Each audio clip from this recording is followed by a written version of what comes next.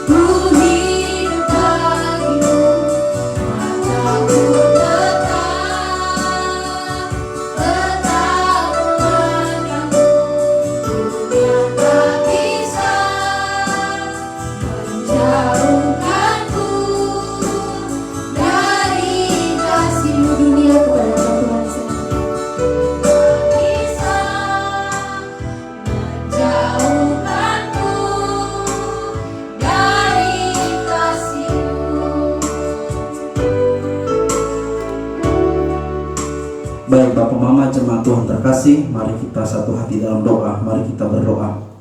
Terpujilah Allah Tritunggal, Bapa, Putra, dan Roh Kudus.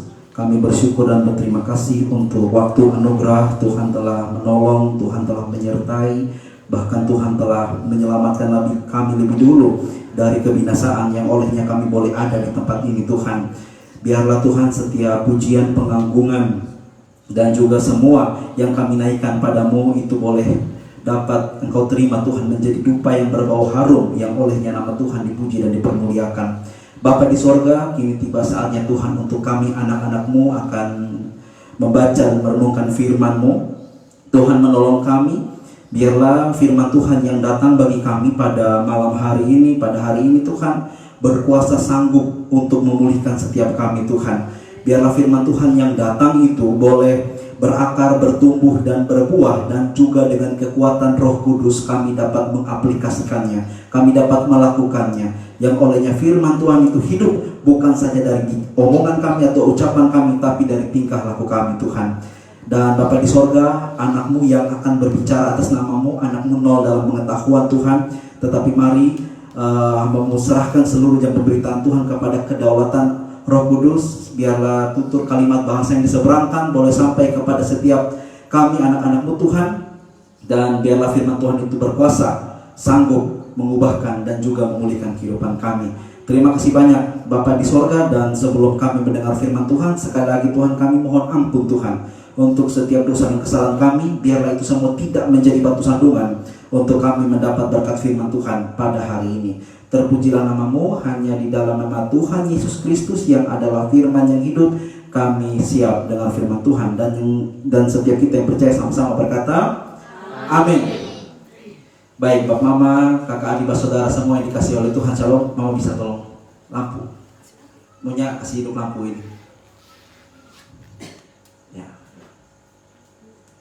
Baik, mata agak kurang lihat. Jadi Bapak Mama yang diberkati dan dikasih oleh Tuhan, sekali lagi Shalom. Sekali lagi Shalom.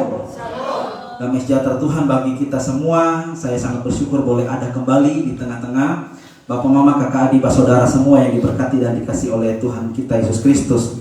Dan puji Tuhan, sebelum pemberitaan firman Tuhan tadi kita sudah mendengar kesaksian dari hamba Tuhan, dari mama kita, betapa luar biasanya Tuhan kita. Bagaimana Tuhan punya cara dalam setiap Dia melakukan, Dia punya kuasa bagi kita hidup itu tidak pernah kita duga-duga, atau dalam artian bahwa kita tidak pernah kira-kira, kok bisa betul kok Tuhan bikin begini kok. Dan hari ini saya akan membawa di bawah terang tema Yesus penolong yang setia. Nah, ketika kita mendengar tema Yesus penolong yang setia, saya percaya ini bukan tema yang baru pertama kali kita dengar. Bahkan dalam kitab suci, dalam seluruh perjalanan kehidupan kita, kata Yesus menolong itu paling utama. Amin, Bapak, amin, berkat oleh Tuhan ya. Dan ketika saya bergumul untuk membawakan firman Tuhan ini kepada Bapak Mama jemaat Tuhan di sini, Yesus penolong yang setia. Nah, berbicara penolong yang setia, seringkali kita mendengarkan tema tersebut atau pernyataan tersebut hanya habis di dalam penolongan keadaan jasmani saja. Dalam artian Tuhan tolong saya dalam keadaan saya sakit, Tuhan tolong saya ketika saya sulit, Tuhan tolong saya ketika mungkin saya ini dalam situasi ekonomi yang tidak baik-baik saja, dan lain sebagainya. Jadi ketika kita mengucapkan Tuhan penolong yang setia, seringkali kita beranggapan Tuhan hanya sampai batas menolong kita dalam hal-hal jasmani. Tahukah Bapak Mama jemaat Tuhan yang dikasih oleh Tuhan, hal-hal yang bersifat jasmani itu ada batasnya. Amin. Ada limitnya. Jadi tidak semua hal yang kita punya dalam dunia ini akan kekal. Kekekalan itu berbicara ketika nanti saat kita mati. Amin. Yaitu berbicara kerohanian kita. Maka daripada itu, penolong yang setia, penolong yang sejati, Tuhan Yesus, Dia lebih daripada itu. Menolong saya, Bapak Mama, kita semua dari kebinasaan dan kutuk dosa. Ada amin? Makanya kita bersyukur setiap kali kita boleh memperingati Jumat Agung dan Paskah. Harus kita imani sungguh-sungguh bahwasanya Yesus Kristus adalah Tuhan. Dia yang adalah Allah itu mengasihi kita dengan luar biasa, yang olehnya Dia mau untuk mati bagi kita. Itu penolong yang setia. Tidak ada satupun di bawah penolong ini orang yang rela mati bagi orang lain, kecuali kalau kita bilang bagi sahabatnya. Tetapi mati di sini mati yang tidak menyelamatkan. Berbicara Tuhan Yesus, Dia mati dan juga menyelamatkan kita, menggantikan kita. Nah, saudara yang diberkati dan dikasih oleh Tuhan kita Yesus Kristus, kenapa saya rindu untuk kembali membawa topik ini? Karena harus kita renungkan bersama. Inti kekristenan itu, inti dari kita sebagai orang-orang Kristen adalah Tuhan Yesus. Amin ya. Tuhan Yesus, karena Tuhan Yesuslah yang menjadi otoritas atau tujuan fondasi utama kita sebagai orang Kristen. Kan kita juga orang Kristen ini kan artinya pengikut Kristus, bukan? Makanya yang utama adalah Kristen. Dan sebagai orang Kristen, tentunya sebagai pengikut Kristus, ada satu hal yang Tuhan Yesus ucapkan. atau perintahkan kepada setiap kita, yang kita juga bahagian daripada anak-anaknya dan juga murid-muridnya, yaitu apa? Yaitu pergi dan jadikanlah semua bangsa murid dan baptislah mereka dalam nama Bapa, Putra dan Roh Kudus. Yang artinya Tuhan mau di dalam setiap kehidupan kita hanya Yesus saja yang menjadi utama dalam setiap pemberitaan kita, dalam kehidupan kita, dan juga di dalam pelayanan kita. Nah, saudara yang berkata oleh Tuhan, firman Tuhan yang akan sama-sama kita renungkan hari ini terambil di dalam Kisah Para Rasul, KPR ya, Kisah Para Rasul pasalnya yang ke-9 ayat yang pertama sampai ayatnya yang ke-9. Kisah Para Rasul pasal 9 ayat yang pertama sampai ayatnya yang ke-9. Jika Bapak Mama sudah mendapatkan, sama-sama katakan haleluya. Ya, semuanya sudah katakan haleluya, semua sudah dapat. Baik, jika sudah dapat bisa perhatikan Alkitab masing-masing dan saya akan membacakan bagi kita semua. Firman Tuhan di bawah perikop Saulus bertobat. Ayat yang pertama, sementara itu berkobar-kobar hati Saulus untuk mengancam dan membunuh murid-murid Tuhan. Ia menghadap imam besar dan meminta surat kuasa daripadanya untuk dibawa kepada majelis-majelis Yahudi di Damsyik, supaya ia menemukan laki-laki atau perempuan yang mengikuti jalan Tuhan. Ia menangkap mereka dan membawa mereka ke Yerusalem. Dan perjalanannya ke Damsyik, ketika ia sudah dekat kota itu, tiba-tiba cahaya memancar dari langit, langit mengelilingi dia. Lalu dikatakan ia rebah ke tanah, dan kedengaranlah olehnya suatu suara yang berkata kepadanya, Saulus, Saulus, mengapakah engkau menganiaya aku? Jawab Saulus, siapa engkau Tuhan? Katanya, akulah Yesus yang engkau aniaya itu. Tetapi bangunlah dan pergilah ke dalam kota. Di sana akan dikatakan kepadamu apa yang harus kau perbuat. Maka termangu-mangulah teman-temannya seperjalanan, karena mereka memang mendengar suara itu, tetapi tidak melihat seorang juga pun. Saulus bangun dan berdiri, lalu membuka matanya, tetapi ia tidak dapat melihat apa-apa. Mereka harus menuntut dia masuk ke Damsyik. 3 hari lamanya ia tidak dapat melihat, dan 3 hari lamanya ia tidak dapat makan dan minum. Demikian jauh pembacaan firman Tuhan. Dan yang dikatakan berbahagia adalah setiap kita yang tidak saja membaca, merenungkan, tapi mau berdoa, memohon pertolongan Tuhan untuk kita semua dapat melakukan di dalam kehidupan kita semua hari lepas hari. Terpujilah nama Tuhan. Bapak Mama yang diberkati dan dikasihi oleh Tuhan, seperti yang saya katakan tadi, berkaitan dengan pertolongan Tuhan, bukan saja habis pada hal-hal yang bersifat jasmania, tapi bagaimana pertolongan Tuhan itu lebih daripada itu, besar kuasanya ketika dia menyelamatkan kita semua dari dosa, dari kebinasaan. Karena harus kita renungkan bersama, seperti yang di mana-mana ketika saya mendapatkan kesempatan, saya ingatkan bahwasannya kita semua adalah orang-orang yang tidak layak, tidak pantas. Kita mendapatkan anugerah, kita mendapatkan belas kasihan itu karena kasih karunia daripada Allah, yang olehnya kita semua boleh layak datang pada Bapa. Jika tanpa ada pengorbanan Tuhan Yesus, Yesus yang mati dan bangkit itu, maka sebaik-baik apapun kita dalam melayaninya, mau mencoba menyenangkannya, tidak bisa. Karena apa? Tanpa Yesus kita statusnya sebagai orang yang berdosa, berdosa yang layak mati, layak binasa, dan tidak bisa mendapatkan keselamatan. Dan kalau sampai Bapak Mama jemaat Tuhan di sini sudah percaya kepada Tuhan Yesus, maka berbahagialah kita. Karena apa? Karena kebahagiaan yang sejati, ungkapan syukur yang sejati, bukan kita kaya di dalam dunia ini. Percayalah, apapun yang kita punya, jabatan, popularitas, kekayaan, uang yang full, makanya sampai 270 triliun, mungkin ya, tidak bisa membawa kita kepada keselamatan. Orang sering bertanya, nanti mati di mana ya? Apa yang pernah kita pikirkan ketika kita datang ke rumah-rumah duka, melihat orang yang mati, kira-kira setelah ini dia kemana? Apa yang terjadi saat nanti dia tutup mata? Dan mungkin itu akan menghampiri kita satu persatu suatu waktu nanti. Dan kita bersyukur kita memegang surat cinta, yakni Alkitab, firman Allah, yang dengan terang benderang menunjukkan segala kebenarannya, bahwasanya di dalam Kristus Tuhan, di dalam Allah Sang Penebus itu, kita mendapatkan kepastian keselamatan. Amin. Dan ketika kita selamat nanti mendapatkan kepastian keselamatan, itu bukan berbicara kita masuk surga, Bapak Mama. Itu terlalu kurang atau kurang. Surga itu akibat. Tetapi yang lebih daripada itu, kita berjumpa muka dengan Tuhan Yesus. Amin. Yang kita imani seperti yang Injil Yohanes sampaikan, bahwa berbahagialah yang mereka yang tidak melihat namun percaya. Akan ada satu waktu nanti, Paulus katakan di Korintus, toh, kita akan melihat, berjumpa muka dengan dia. Jadi Bapak Mama yang diberkati oleh Tuhan, ada seorang teolog yang mengatakan bahwa bukan surganya yang aku mau, tapi Yesus yang aku ingin jumpai. Karena itu semua yang menjadi pengharapan kita. Amin. Dan ketika kita sebagai orang Kristen percaya kepada Alkitab, maka Alkitab menjadi otoritas yang utama. Firman Tuhan, buku fisik yang mungkin ada yang sulesu atau mungkin ada yang baru, tetapi isinya berkuasa. Amin. Kenapa berkuasa? Karena dari Kejadian sampai Wahyu yang ditulis oleh kurang lebih 40 penulis dari latar belakang waktu yang berbeda, dari beratus-ratus tahun yang berbeda, rentan waktu yang berbeda, budaya dan lain sebagainya, tetapi bisa selaras, sama dan satu. Karena yang menuliskan kitab suci ini semua dituntut oleh Allah sendiri, oleh Roh Kudus, yang olehnya ketika kita baca Alkitab ini kita jadi tahu kesalahan kita ini apa ya. Ketika kita baca Alkitab kita boleh bertobat. Ketika kita baca Alkitab kita boleh dikuatkan sekalipun masalah terlalu banyak.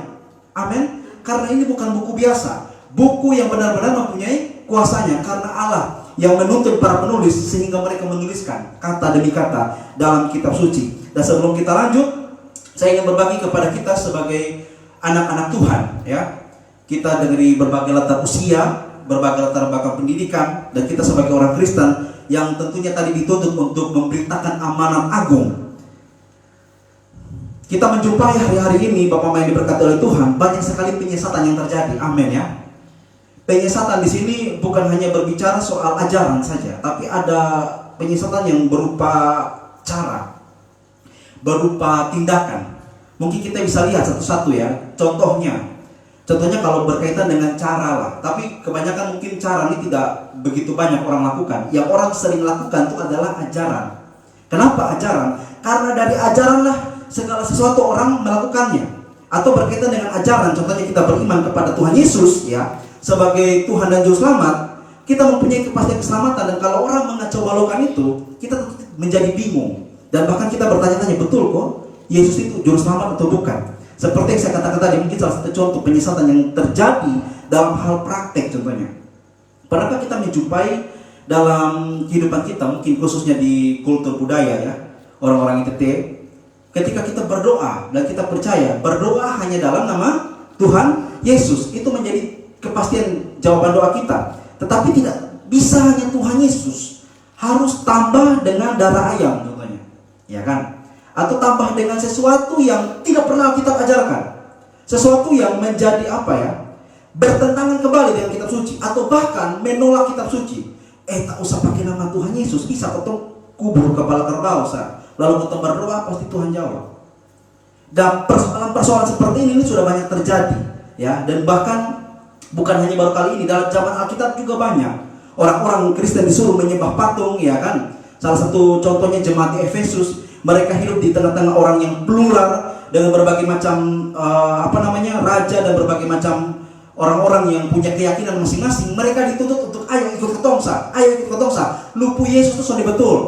Dan hari ini juga kita menjumpai, hari-hari kita menjumpai terlalu banyak orang. Bapak harus hati-hati karena terlalu banyak orang dengan gampang kasih tahu kalau dia ini pendeta begitu. Kita tidak pernah tahu ya dia ini latar belakang siapa, dari mana, tapi dia dengan mudahnya mengatakan bahwa dia adalah pendeta.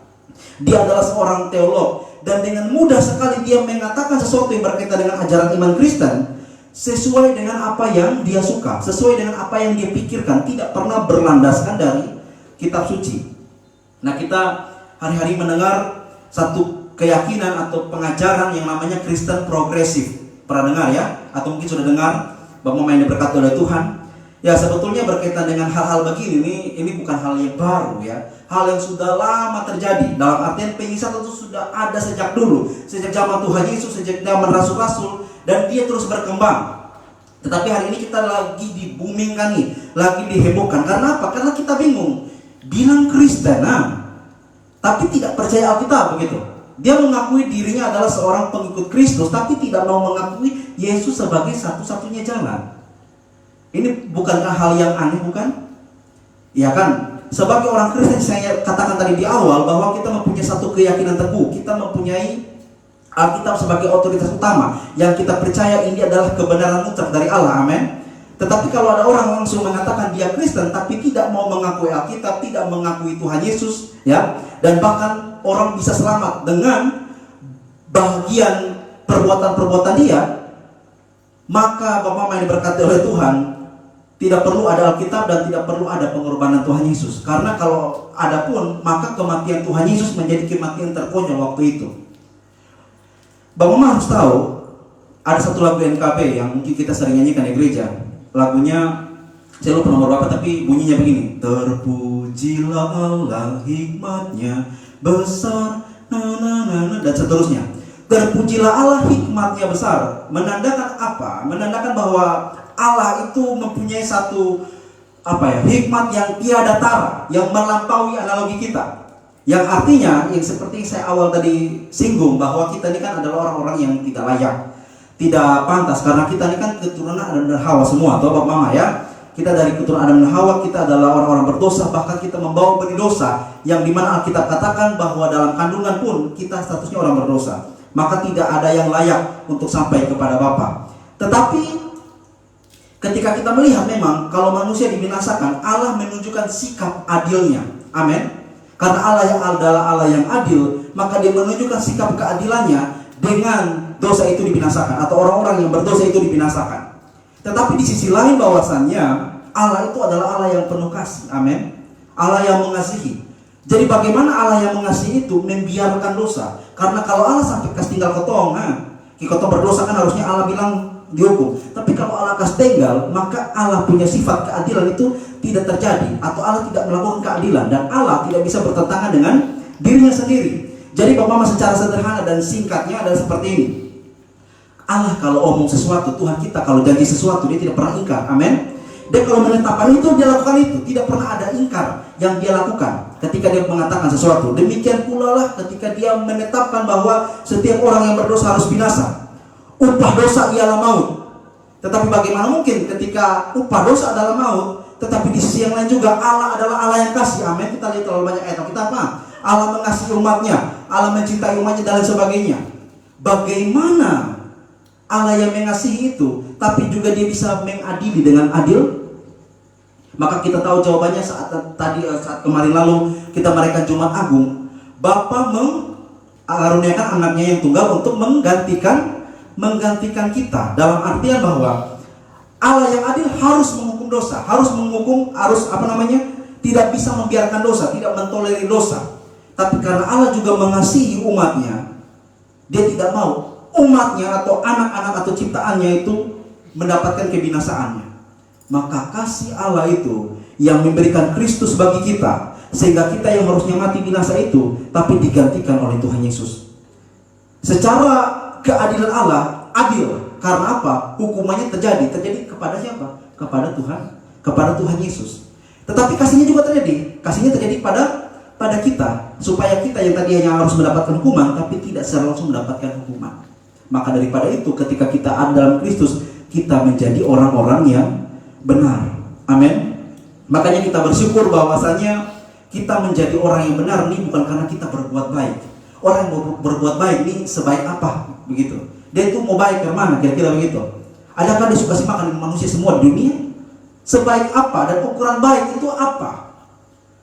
Tetapi di dalam Kristus, sekalipun kita sering jatuh dalam dosa, kita pelayanan, tapi kadang juga kita jatuh dalam dosa. Ada kesaksian mungkin tadi bilang, kotong ada puasa, mataku juga ada minum air ya atau itu ada hal kecil yang artinya dosa. Kita di sana tidak benar, kita ini tidak bisa melakukan kebaikan dengan luar biasa. Amin.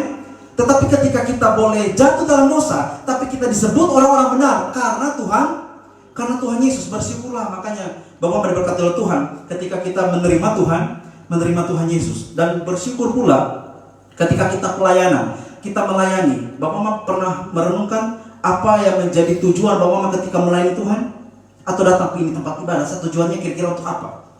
Hanya untuk dilihat mama ketua atau karena hari Senin, atau mungkin karena soal pekerjaan di rumah makanya datang ibadah? Atau apa yang menjadi motivasi yang menggerakkan kita untuk ibadah? Tetapi saya percaya kita semua digerakkan oleh Roh Kudus. Kenapa? Karena ketika kita datang ibadah, satu-satunya tujuan kita adalah berjumpa berjumpa dengan Tuhan. Dan lagi, seperti saya katakan tadi, kita ini kan tadi dengan berbagai macam kesaksian ya. Mungkin Bapak punya kesaksian sendiri. Kita ini kan orang-orang tidak mampu sebetulnya, dalam artian tidak mampu untuk menyelesaikan masalah kita. Kita ini tidak bisa untuk hidup dengan kita punya kekuatan. Amin. Seberapa besar kekuatan kita, sampai-sampai akhirnya kita merasa tidak sanggup. Makanya kita datang di tempat ini untuk kiranya Tuhan menguatkan kita. Bapak Mama diberkati dikasih oleh Tuhan, seperti yang saya katakan tadi, tema tadi, Yesus penolong yang setia. Jangankan masalah sulit berkaitan dengan kehidupan jasmani kita, lebih daripada itu, sebelum kita lahir, yang kita adalah keturunan Adam dan Hawa yang harusnya binasa, Allah sudah lebih dulu menyelamatkan kita dari kebinasaan. Mungkin satu perbandingan ayat yang saya bagikan kepada kita di dalam Roma pasal 8. Mari mungkin kita juga bisa lihat bersama-sama. Roma pasal 8 ayatnya yang ke-18. Ayat yang ke-31. Saya bacakan bagi kita Roma 8 ayat yang ke-31. Sebab itu apakah yang akan kita katakan tentang semuanya itu? Jika Allah di pihak kita, apakah yang akan melawan kita? Ia, Allah yang tidak menyayangkan anaknya sendiri, tetapi menyerahkannya bagi kita semua. Bagaimanakah mungkin Ia tidak mengaruniakan segala sesuatu kepada kita bersama-sama dengan Dia? Kita bisa nangkap ayat ini artinya apa? Artinya mau bilang begini, Bapa saja beri Yesus Kristus anaknya yang tunggal bagi kita. Bagaimana mungkin Dia tidak mengaruniakan yang kecil-kecil, yang dalam artian tidak sebanding dengan apa yang diberikan lebih dulu, yaitu anak tunggalnya kepada kita. Bapak Mama diberkati dikasih oleh Tuhan, saya merenungkan pertolongan Tuhan itu ternyata bukan ketika diselesaikan kita masalah. Pertolongan Tuhan itu adalah ketika dikasih kekuatan untuk hadapi itu masalah. Amin ya. Kadang kita selalu berorientasi kalau bisa Tuhan ini masalah habis atau ini masalah hilang Tapi tahukah kita sejauh langit di atas bumi ya, demikian jauh rancangan Allah daripada kita. Sejauh timur dari barat, demikian pula jauhnya rancangan Allah daripada kita. Apa yang kita kira baik belum tentu baik baginya, dan apa yang kita kira tidak baik belum tentu juga tidak baik bagi Dia. Bersyukur Bapak Mama diberkati Tuhan, dalam setiap proses kita punya kehidupan pasti ada jawaban Tuhan bagi kita. Dalam artian kenapa Tuhan izinkan itu terjadi. Di dalam beberapa data di Alkitab kita menjumpai terlalu banyak hal-hal yang ditujukan bagaimana proses Tuhan terjadi. Salah satunya yang paling eksplisit itu adalah kisah siapa ya? Mungkin saya ambil contoh adalah Ayub mungkin ya, yang paling kita kenal. Kalau kita melihat bahwasanya Ayub adalah orang yang sabar, orang yang paling orang yang paling tahan dalam penderitaan, mungkin salah. Karena sebelum dia mendapatkan itu penderitaan, dia pernah kutuk dia punya hari kelahiran dalam Ayub pasal 3.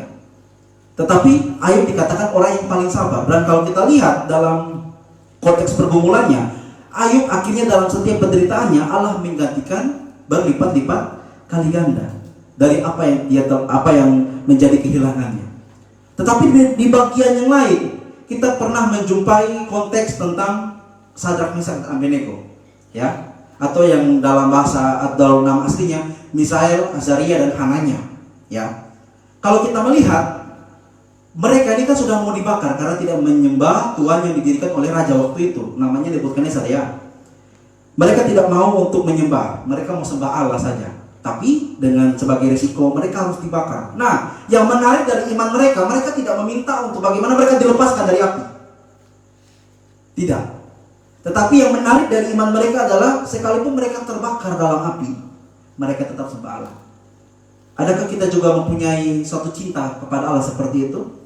Biar ini hari beta PPD, soalnya ada uang masuk ke beta bisa. Biar ini hari beta PPD, soalnya ada motor intinya beta bisa. Atau hal-hal yang mungkin Bapak bisa tarik dalam hidup hari-hari. Ketika kita datang kepada Tuhan ya, lalu kita hitung kali bagi, kita belajar dari cinta Tuhan yang lebih dulu Tuhan nyatakan bagi kita. Tuhan berikan kepada kita total. Bapak Mama diberkati oleh Tuhan. Makanya bersyukurlah kita boleh ada di duduk-duduk seperti ini. Karena apa? Semua yang kita lakukan tidak pernah sia-sia. Mungkin kita keluar, kita mungkin tidak melihat perubahan signifikan. Dalam artian mungkin contohnya ya, di rumah mungkin sudah ada beras, lalu kita pulang mungkin sudah terjadi mujizat, tiba-tiba beras ada sonde. Tapi kalau pulang, yang seperti saya katakan tadi, bukan masalah selesai. tapi Tuhan kasih kekuatan untuk hadapi itu masalah. Itu pertolongan Tuhan yang luar biasa. Dan yang saya mau bagikan kepada kita, pertolongan Tuhan yang lebih daripada itu ketika Dia menolong kita dari kebinasaan. Saya bersyukur sekali Bapak berkata Tuhan, saya boleh berbicara sama Tuhan dan kita semua boleh ada duduk dalam hadirat Tuhan. Karena kita adalah orang-orang yang sudah dimerdekakan dari perbudakan dosa. Kita sudah diselamatkan. Seperti tadi Saulus, kembali kepada teks kita. Kalau kita lihat Saulus disapa, mungkin kita sudah ada yang tahu dan bahkan mungkin sudah tahu Paulus disapa. Karena dia begitu luar biasa dalam kitab suci. Dan bahkan Rasul Paulus ini menjadi rasul yang begitu aktif. Karena di dalam kitab suci perjanjian baru yang terdiri dari 27 kitab itu, 13 diantaranya ini rasul yang tulis. Ini rasul ini siapa? Bapak Mada berkata Tuhan, kalau kita melihat sedikit tentang dia itu siapa. Kalau kita melihat beberapa data tentang Rasul Paulus, di mana dia pernah menyebutkan dia ini siapa, dia dari mana. Saya bacakan bagi kita saja. Contohnya di dalam Kisah Para Rasul pasal 22 ayat 3-5 dikatakan di sana, aku adalah orang Yahudi, lahir di Tarsus di tanah Kilkia, tetapi dibesarkan di kota ini. Dididik dengan teliti, dia bawa pimpinan Gamaliel, seorang guru Taurat waktu itu yang begitu hebat dalam hukum nenek moyang kita, sehingga aku menjadi seorang yang giat bekerja bagi Allah, sama seperti kamu pada waktu ini. Dan aku telah menganiaya pengikut-pengikut jalan Tuhan sampai mereka mati. Seperti tadi kita lihat ya, laki-laki dan perempuan ku tangkap dan kuserahkan ke dalam penjara. Atau juga saya bandingkan lagi di ayat yang lain, Kisah Para Rasul pasalnya yang ke-26 ayat yang ke-9. Dikatakan di sana, bagaimanapun juga aku sendiri pernah menyangka bahwa aku harus keras bertindak menentang nama Yesus dari Nazaret. Hal itu kulakukan juga di Yerusalem. Aku bukan saja memasukkan banyak orang kudus ke dalam penjara setelah aku memperoleh kuasa dari imam-imam kepala, tetapi aku juga setuju jika mereka dihukum mati. Dalam latar belakangnya Rasul Paulus ini bukan orang sembarangan. Dia ini bukan orang yang dalam artian buta ilmu. Dia ini orang yang hebat. Bahkan kalau kita lihat di Filipi ya, pasalnya yang ketiga itu tentang kebenaran yang sejati, salah satu lagi kesaksian dia katakan bahwa dia ini adalah suku Benyamin, orang Ibrani asli ya, dan dia adalah seorang Farisi. Jadi Bapak Mada berkata Tuhan, kita bisa melihat Paulus dengan segala kehebatannya, dengan segala keluar biasaannya, bahkan Paulus sempat katakan, dalam mentaati hukum Taurat aku tidak bercacat ya. Jadi hukum Taurat itu yang mungkin kita juga sudah belajar, hukum Taurat kan bukan hanya di dalam Keluaran pasal 20 Bapak Mama tentang 10 hukum Allah, tidak loh. Aduh, hukum Taurat terlalu banyak, apalagi kalau baca imamat segala macam aturan, ada hukum sipil, hukum moral, hukum seremonial, terlalu banyak hukum. Tapi dengan gagahnya Saulus bilang bahwa mentaati itu semua aku tidak bercacat. Nah, siapa orang yang bisa melakukan itu semua? Dan Paulus dengan berani dan juga dengan bangganya mengatakan bahwa dia tidak bercacat melakukan hukum Taurat. Tetapi ketika tadi kita lihat dia bertobat, kita melihat bagaimana Tuhan datang padanya dengan cara yang luar biasa, menjumpai dia langsung. Paulus yang adalah seorang yang bangga dengan keadaan dosanya, bangga dengan segala kebaikan dan kelebihannya. Tetapi ada satu waktu di saat yang sama juga tadi di Filipi itu dia mengatakan bahwa apa yang dulu merupakan keuntungannya baginya sekarang dianggap sampah. Bisa dibayangkan bagaimana kebaikannya Rasul Paulus, bagaimana kehebatan apologetikanya dalam artian teologinya, ilmu otaknya, atau juga kehebatan dia dalam melakukan hukum Taurat. Semua dia anggap sampah. Karena apa? Karena kita tahu bersama bahwa berkata Tuhan ketika dia mengatakan semua ini anggap sampah, karena itu semua di luar Tuhan Yesus. Jadi terlalu celakalah orang yang mengatakan bahwa dia bisa baik, dia hidup baik dan tidak perlu memerlukan Tuhan Yesus. Atau lebih celaka lagi mengatakan bahwasanya kita bisa selamat tanpa harus melalui Tuhan Yesus. Dan kita sudah tahu kebenarannya Bapak berkata Tuhan, keselamatan yang sejati yang pasti hanya ada di dalam Tuhan Yesus.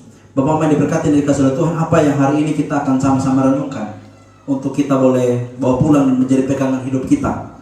Yang pertama, Bapak berkata Tuhan, kita sebagai orang-orang percaya, sebagai orang-orang yang telah menerima belas kasihan Tuhan, Kita adalah orang-orang yang sudah merdeka. Amin. Merdeka bukan hanya dari perbudakan Belanda sasonde, tapi perbudakan dosa. Kita yang harus dijajah oleh dosa, kita yang dijajah oleh dosa dalam arti kita mengikuti segala hawa nafsu. Tapi dalam Tuhan kita boleh hidup takut akan Dia. Mungkin kita renungkan sedikit ya. Dulu ketika sebelum kenal Tuhan, kita bisa berdosa ini tanpa takut salah begitu. Kita bisa menikmati dosa itu dengan nikmatnya, dengan dengan tanpa ada rasa bersalah. Tetapi ketika kita sudah bertobat terima Tuhan Yesus, Roh Kudus ada dalam hidup kita. Ketika kita bikin salah sedikit itu kita langsung tak kaget, dalam artian bahwa Tuhan ampuni. Pernahkah kita mungkin dalam pelayanan kita, atau mungkin seperti kesaksian saya kutip tadi, mungkin kita lalai atau kita mungkin salah dalam pelayanan, tetapi ketika kita salah atau jatuh dalam dosa, kita tidak tinggal dalam dosa. Amin. Tetapi kita cepat-cepat berbalik kepada Tuhan. Dan dosa itu tidak lagi membuat kita hidup di dalamnya, tapi bagaimana kita menang atas dosa dan kita hidup takut akan Tuhan. Dalam artian begini, kalau orang yang dia itu di luar Tuhan, dia akan menikmati itu dosa dan tidak keluar dari sana. Tapi orang yang hidup dalam Tuhan, dia kan masih manusia nih, masih pakai daging. Dia akan melakukan dosa atau jatuh dalam dosa, tapi yang membedakannya dia tidak tinggal dalam dosa. Ada orang yang kecanduan pornografi contohnya. Kalau orang yang dia tinggal dalam dosa, dia akan menikmati pornografi. Tapi kalau orang yang di dalam Tuhan, sekalipun dia jatuh, tapi dia tidak tinggal dalam sana. Dia keluar dan cepat-cepat berbalik. Makanya Yohanes bilang Allah adalah setia dan adil, sehingga setiap orang yang mengaku dosanya akan diampuni. Itu artinya bahwa menurut kata Tuhan, kita nih hidup di bawah belas kasihan Tuhan yang sangat luar biasa. Bahkan sampai waktu kita buat dosa, Tuhan lihat kita, Tuhan tonton kita, betapa berharganya kita dan betapa Tuhan mencintai kita. Bapak menurut kata Tuhan. Jadi kita merenungkan tadi, pertolongan Tuhan atau Yesus adalah penolong yang setia. Dia setia, benar-benar setia dalam artian tidak hanya menolong di awal, tapi dia tolong kita sampai akhir, sampai kita nanti mati. Dia tetap tolong kita. Bapak berkata Tuhan. Dan ketika kita sudah mendapatkan kebenaran ini, kita sudah menjumpai kebenaran ini, kita rindu bukan? Untuk seperti tadi mungkin Mama bersaksi tentang ada keluarga atau siapa yang rindu juga untuk sekiranya mereka mendapat kebenaran. Satu hal yang ingin saya bagikan, ternyata Bapak Mama berkata Tuhan, ada yang bilang begini. Dulu waktu sekolah, ya, kami bilang bahwa bagaimana untuk menjangkau orang kepada Tuhan. Apakah kita harus ngomong Injil Pidia kok? Dalam artian bahwa mari kita buka Alkitab, apakah seperti itu? Atau bagaimana? Atau adakah ketika kita ingin orang sampai pada Tuhan, kita harus khotbah dia, kita harus ceramah dia? Apakah itu? Apakah seperti itu? Tetapi dalam hal yang lebih intern, seperti mungkin kita rindu anak kita bertobat, suami kita bertobat, atau mungkin istri kita bertobat, yang lebih utama adalah bahwa bukan suara kita yang lebih besar, tapi perilaku dan tindakan kita. Bahwa diberkati dan dicintai oleh Tuhan Yesus Kristus, bahwasanya perilaku, sikap dan tindakan itu lebih kuat suaranya daripada omongan-omongan kita. Banyak orang tidak lagi mau mendengar soal bagaimana lu ngomong, tapi orang lebih tertarik melihat apa yang lu buat. Dan itu menjadi perenungan kita, bahwasanya ketika kita sebagai anak-anak Tuhan, kita harus tunjukkan bahwa kita adalah orang yang berbeda. Berbeda di sini juga bukan pakai kita kekuatan, amin, bukan kita buat-buat, tapi karena Roh Kudus yang menolong kita. Dan saya percaya melalui setiap tindakan, perilaku kita yang kita tunjukkan, yang tidak sama seperti dulu, maka orang akan melihat. Sepertinya halnya juga, mungkin saya pernah bersaksi di sini, kita ini anak-anak nakal, anak-anak yang tidak pernah menghargai orang tua, sering melawan orang tua, ya toh. Di kalangan tetangga ini orang stok potong ke mana, contohnya. Pada kesempatan tertentu kami mengikuti KKR, dan dalam KKR tersebut puji Tuhan, Tuhan boleh ubahkan, Tuhan boleh pakai itu KKR, sehingga kita yang para yang memang soalnya tahu apa-apa nih, benar-benar hidup mau takut akan Tuhan. Kita ini tidak tahu teologi, tidak tahu Alkitab ini bagaimana, tapi yang kita mau buat itu adalah hidup baik. Begitu, hidup baik dalam artian berubah supaya orang lihat kita ini berubah begitu. Dan Bapak berkata Tuhan, sekalipun demikian tentunya ada tantangan, bukan cuma ada tantangan. Salah juga kita buat salah juga salah, baik juga salah, karena orang-orang lihat, lu ini kan dulu kau tahu lu begini. Kau tahu lu latar belakang, itu hal itu intimidasi dari setan, sehingga kau saling mau bertobat sungguh-sungguh. Karena orang menilai kau dari kau punya masa lalu. Tetapi Bapak tahu, ketika Tuhan sudah ubahkan kita, percayalah, Dia akan angkat kita setinggi-tingginya. Sampai orang-orang yang hina-hina kita itu, dia berbalik pada Tuhan. Karena apa? Melihat kita punya perubahan. Dan benar, ketika kita mengikuti ibadah, ada orang-orang yang terikat rokok dan lain sebagainya, yang satu hari itu mungkin bisa 2 bungkus, tapi walaupun dia tidak secara eksplisit bertobat, mungkin dia kasih turun 3 batang dan sampai stop. Dan yang lain juga yang tadinya seperti yang saya katakan, ada yang melawan orang tua, ya, yang mereka tidak menunjukkan sikap yang baik dalam lingkungan tetangga, ada perubahan di sana. Kan orang menjadi heran.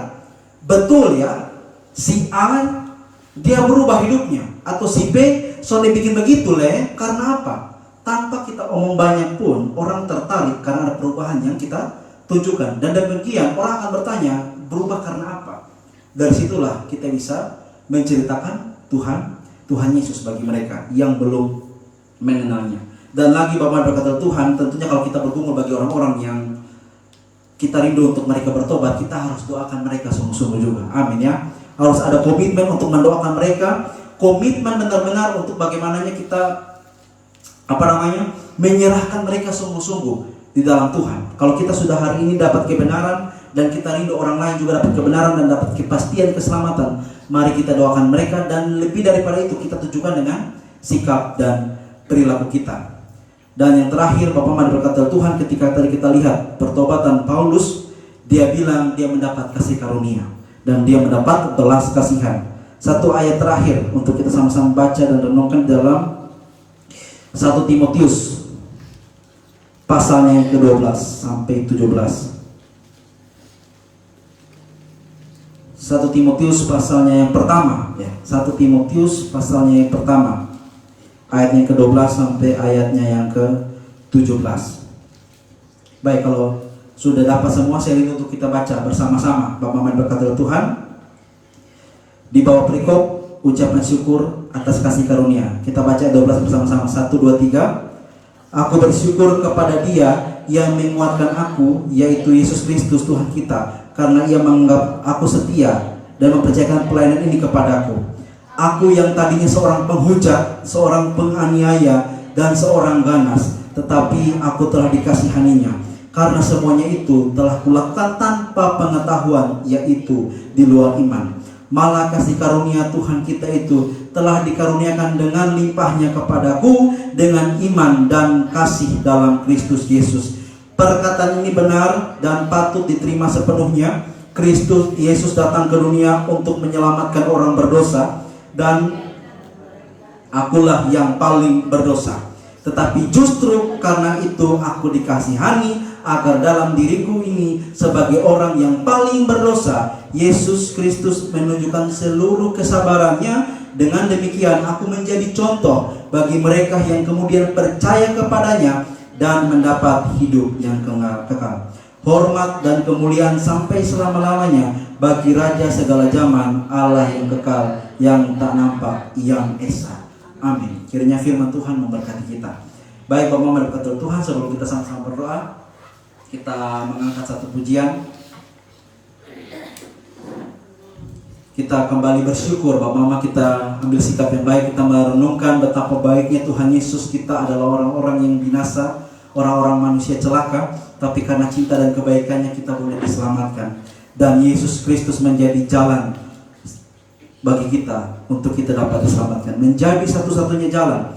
Dia yang adalah hidup dan Dia adalah kebenaran. Yesus Kristus Tuhan, penolong kita yang setia. Kita nyanyikan satu pujian ini, tercurah darah Tuhanku di Bukit Golgota. Terima kasih banyak Tuhan, Tuhan telah menolong kami. Terima kasih banyak Tuhan ketika kami hilang, ketika kami tersesat, ketika kami tidak tahu arah Tuhan, ketika kami bingung mau bergantung pada siapa Tuhan. Kami hanya menjumpai Engkau Yesus. Tuhan, sebagaimana Engkau pernah menolong Bartimeus, sebagaimana Engkau pernah menolong seorang perwira di Kapernaum, sebagaimana Engkau telah menolong perempuan pendarahan Tuhan, dan sebagaimana Engkau telah menolong Paulus dari kebinasaan. Hamba percaya, kami percaya bahwa Tuhan pun sanggup melakukannya bagi kami. Terima kasih untuk pengorbanan-Mu Tuhan. Tercurah darah Tuhanku.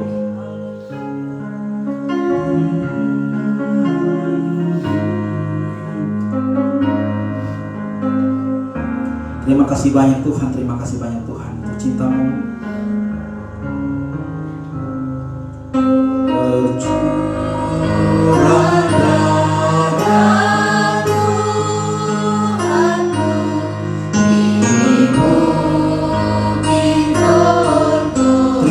banyak Tuhan untuk darah-Mu yang tertumpah, tercurah bagi kami.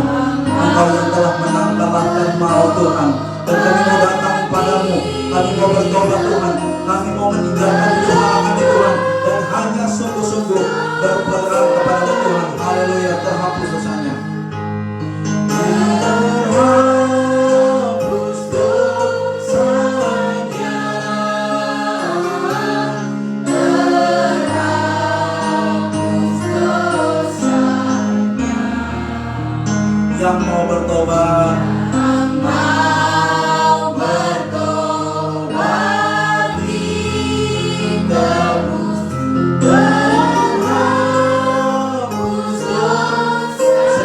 tercurah darah Tuhanku.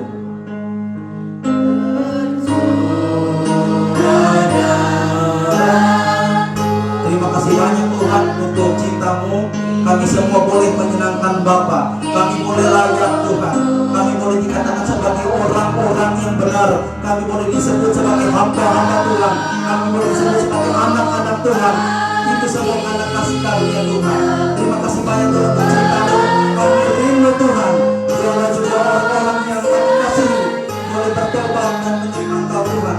Tuhan dalam kami, biarlah Tuhan kami menjadi anak-anak-Mu Tuhan yang dapat menjadi berkat bagi siapapun. Kami berdoa Tuhan untuk setiap keluarga kami, anak-anak kami, suami istri kami, siapapun Tuhan, orang-orang yang kami kumpuli untuk datang kepada Tuhan. Kami mau juga mereka bertobat Tuhan, mereka datang kepada Tuhan dan menemukan keselamatan yang jati hanya di dalam nama Tuhan Yesus Tuhan. Haleluya Tuhan, haleluya.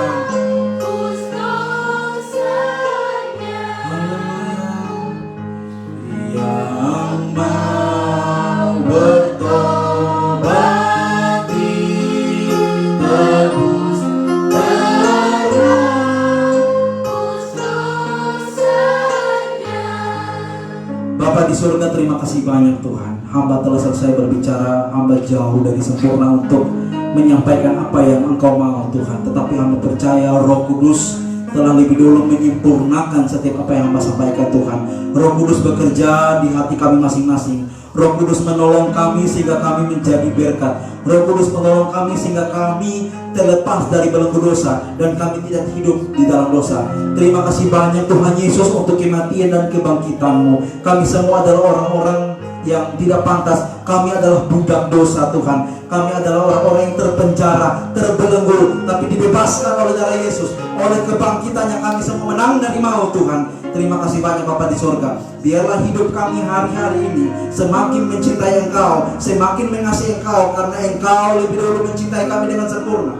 Dan biarlah Tuhan dalam hidup kami hari-hari, kami semakin semangat pelayanan, kami semakin semangat memberitakan Injil, kami semakin semangat mendoakan orang-orang yang belum mengenal Engkau, dan kami semakin giat dalam pekerjaan Tuhan untuk kemuliaan bagi nama Tuhan. Kami belajar dari pertobatan Paulus. Biarlah juga Tuhan pertobatan kami yang kami lakukan, pertobatan yang sejati, boleh Tuhan terima dan nama Tuhan dipuji dan dipermuliakan. Terima kasih banyak Bapa di surga. Inilah kami anak-anak-Mu. Kami serahkan seluruh kehidupan kami. Biarlah hidup-hidup kami ini Tuhan ada di dalam kendali dan kuasa Tuhan. Terima kasih banyak Bapa di surga. Inilah kami anak-anak-Mu, hanya di dalam nama Tuhan Yesus Kristus yang adalah sahabat yang setia, penolong yang ajaib, penebus dosa yang paling sejati. Kami bersyukur dan berterima kasih kepada Allah yang mencintai kami semua. Haleluya. Amin.